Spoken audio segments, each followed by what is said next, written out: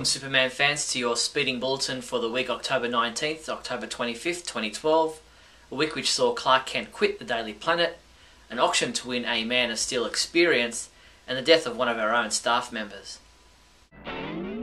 In movie news, the Arthritis Foundation's Commitment to a Cure Awards Gala was held on Thursday, October 25th at the Beverly Hilton Hotel. A Man of Steel experience was auctioned off as part of the live auction, with the lucky winner getting a VIP tour of the Warner Brothers lot, premiere tickets to the Man of Steel movie, and lunch with director Zack Snyder. Visit commitmenttoacurela.org for further details. In his appearance on Access Hollywood Live, Brandon Routh explained that he owes his success in movies and TV to playing the role of the Man of Steel in Superman Returns. But yeah, you know, that was amazing. I mean, it's put me where I am today. I owe pretty much everything to that film and that opportunity, and I'm very grateful for it. I think you. In an interview with GaydarRadio.com, famed author Jackie Collins claimed this week that the reason actor Matt Bomer missed out on the role of Superman was because he's gay. E! Online stepped in and found out from a source close to Bomer that this claim is false. Matt missed out because that version of the film, helmed by Brett Ratner, was scrapped, and Bryan Singer later came on with his own ideas and casting choice. Actor Jeff East, best known to Superman fans as young Clark Kent in Superman the Movie, was our special guest on this week's edition of Radio KAL Live. It was an interesting interview to say the least, and I'll just leave it at that for now. A trailer for Andrew List's low-budget superhero fan film Superman the Golden Child has been posted online ahead of its December release. Made on a budget of just $850, Superman the Golden Child is an ambitious short Superman fan film set in the present day, in which Lex Luthor puts a plan into action that turns the people of Metropolis against Superman. What will happen when Luthor is in power and the Man of Steel is nowhere in sight? Visit the official website at supermangc.com. In TV news, rumour has it that a breakdown in negotiations between DC Comics and Milestone Media over the use of characters such as Static, Icon and Rocket was behind the move to postpone new episodes of DC Nation animated shows on Cartoon Network, such as Young Justice, due to their use of those characters. The latest issue of the Young Justice comic book seems to verify this. The cover artwork originally solicited for issue number 21 clearly shows Icon positioned above Superboy's head. However, he has been removed in the final version of the cover, with subtitle text inserted to cover the blank space left behind. Our own Mark Pritchard conducted an exclusive interview with writer Brian Q. Miller to get the inside word on the Smallville Season 11 comic book series. Check out the interview at the website now to read how Brian collaborates with his artists and how he feels about the book's success to date. All the major news media picked up on the story that Clark Kent quit his job at the Daily Planet newspaper in this week's 13th issue of the Superman comic book. Writer Scott Lobdell told USA Today, "This is really what happens when a 27-year-old guy is behind a desk and he has to take instruction from a large conglomerate with concerns that aren't really his own." Superman number 13 is on sale now. Scott Snyder told CBR-TV at New York Comic Con how excited he is to write his upcoming 2013 Superman story, which will be published in a standalone title with art by Jim Lee. Here's part of what he had to say. With him is, and the Superman story really is like the biggest kind of, you know, just most epic Superman story I could do. It's sort of like, I always imagine they're going to kick me off right after the story, so it's like everything I love about Superman in one, but it's similar where it really is largely about one of the things that I find most heroic and wonderful about him is his sense of restraint in the way that he's the superhero who has the ability to reshape the world however he thinks would be best, and yet instead he challenges us to do it ourselves, and he looks to us to be inspired and to inspire us. So CBR-TV also caught up with DC Comics co-publishers Dan Didio and Jim Lee to get details about the plans for Superman moving into 2013. I think to your point, I think Superman probably had a bigger change, continuity-wise, tonality-wise than Batman. Batman really, I mean, was pretty much under control. It was very successful. But Grant, I think, did a great job. I mean, absolutely. Really, you know, you're taking a giant ship that's been traveling in one direction for 75 years, and you're turning it around 180 degrees. And he brought, you know, a different attitude to the character. And on top of it, you're selling a whole new costume and an origin for that costume, and that I think is a very difficult thing to do. That said, I think we had a pretty good first year, and then the second year, bringing on Andy Diggle and Scott Lobdell and Scott Snyder, we're very confident about the Superman creative team. I mean, that's... Over the weekend of New York Comic Con, Ain't It Cool's Rob Patey conducted a Facebook chat with writer J. Michael Straczynski and artist Shane Davis, asking them about Superman Earth 1 Volume 2. In regards to one of the supporting characters, JMS said, Lisa, his neighbour, is a fun character with a lot of levels going on. She's bright and funny and sexy, but also troubled, and over time Clark will be pulled further and further into that. Read the complete discussion at robpatey.com. Speaking of which, Entertainment Weekly published another 6-page sneak peek inside Superman Earth 1 Volume 2, giving us a look at Lisa and Superman's run-in with the Parasite. Comic books we reviewed this week included Supergirl number 13, which was reviewed by James Lance, who gave it a 5 out of 5 score, saying it's hard to find fault with this issue. Ralph Silver reviewed Justice League number 13, also giving it a 5 out of 5, saying the beginning of a new story arc that I'm excited to watch unfold in these pages. Young Justice number 21 was reviewed by Adam DeChannel, who said the story is shaping up to be a real epic, and he also gave this issue a 5 out of 5 rating. Smallville Season 11 Chapter 20 was reviewed by Mark Pritchard, who also gave this a 5 out of 5 score, saying, I have nothing but praise for this week's issue. And Sean Morrissey reviewed Superman Beyond number 9, saying, this entry in the title didn't feel as smooth as previous efforts, so no 5 out of 5 here, he gave it a 3 out of 5. Superman comics available this week from October 24th include Superman number 13, which is available in a variant cover. Teen Titans number 13 is also available in a variant cover. Smallville Season 11 Chapter 21 digital comic is available October 26th. Superman Beyond number 10 digital comic is available October 27th.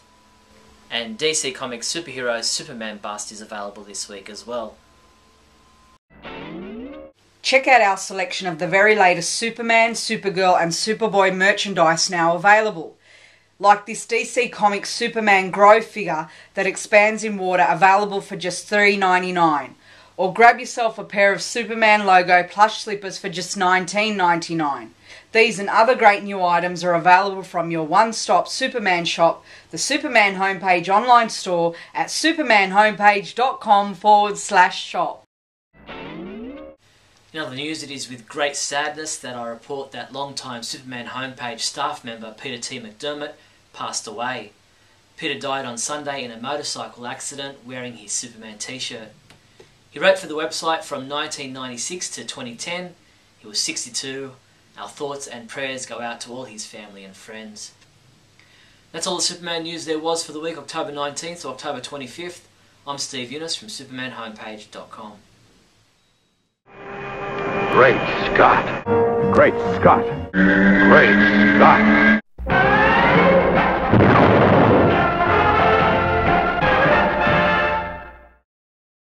Hello, everyone, and welcome to another edition of Great Scott. Thanks for watching, and how's it going?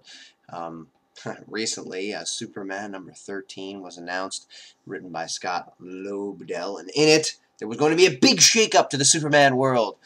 It's been released this week, and there was indeed a big shake-up. Everybody's crazy, everybody's nuts, no one's ever going to read Superman again, everybody hates it, it's the worst thing ever because DC doesn't have any idea how to run Superman. They should hire somebody else, they should give it away, the Seagull should win the lawsuit, everything should be just thrown out the window because no one knows what they're doing with Superman. Well, that's what there is to believe if you look on the internet, if you look on Facebook, if you check out some blogs, if you listen to people who are talking. And mostly those people, from what I can tell, are people who haven't read any of the New 52. They just didn't like the idea of it when it was announced. They boycotted it, they yelled about it, they whined about it, they cried about it. They haven't read it, they haven't looked at it, but they have all the opinions, just like with Man of Steel, the movie coming out. Everybody's seen a couple of things, heard a couple of things, and they go, oh, this movie's going to suck, this book's going to suck, this thing sucks, this is dumb, this is dumb, this is dumb, I hate this, I hate this, I hate this. Oh, did you read it? No, I just hate it. Oh. Okay, so your credibility is pretty much out the window then. If you haven't read it, if you don't understand the story, if you don't really know what's going on, anytime something is announced, you really can't say anything about it because you don't have anything to stand on. You don't know what's going on, you know, and you're making claims based on what you think. Now, I understand that change is difficult. I've said this before with the whole Lois Lane thing, with the dropping of the briefs, which is just dumb because, I mean, really, who cares whether he has red briefs on the outside of his pants or not?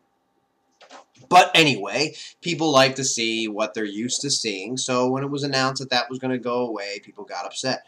When it was announced that Lois and Clark weren't going to be married anymore, people got upset. And of course, the news outlets picked up on the Wonder Woman thing and said, Superman drops Lois Lane for Wonder Woman, which is completely untrue because he doesn't have Lois Lane yet. That relationship hasn't started yet. We're earlier in their career, you know. Clark's a little more jaded, I'll give you that. He's a little more upset about the state of the world, but he's not, you know, by any means a different person. He still stands for truth and justice. He still sticks up for the little guy. He still fights against the big guy. He does what he can to make things better, and that's what he's always done. He's the same guy. And now, from the start, from a year ago in Superman #1, when Morgan Edge bought the Daily Planet and turned it into a multimedia conglomerate, they have internet section, they have TV section, and they have print. And print, we all know in the real world, is something that's kind of phasing out. There are magazines shutting down all over the place. There are newspapers closing down. People are getting their news for free. They're checking it out on the internet. They're watching it on television. They're also seeing it in newspapers. They're still in existence, but they're nowhere near the big thing that they were when Superman was created back in the 30s. So they're trying to modernize it a little bit, which they did in the 80s. So, and again, this is, you know, people make a big deal about, oh, it's not unprecedented. Both Lois and Clark have left the Daily Planet before, multiple times, one of which, similar to this, in a way, is that they went to WGBS to be news anchors on television, which is similar to being a reporter on a paper, but you're not writing as opposed to, you know, you write your own copy a lot of times, and you talk about the story on television, and that's kind of what they did then. And now, but there's been a story in place for almost over a year. Clark is very much against the management of the Daily Planet. He knows that Morgan Edge only cares about sensationalism. He knows he's going for the entertainment value. He knows he's a rumor monger, and he doesn't stand for that kind of thing. Now, why? Anybody who knows Clark Kent, anybody who has been a superhero fan, Superman fan, knows that he wouldn't continue to work in a place that he felt was dishonest, lying continuously to the public and misleading them into panic and into being upset. You know, one of the stories that Clark was on a few months ago, Morgan Edge reported that some guy was Superman, and people showed up at his house and started smashing windows. A bad guy went there and planned on killing him.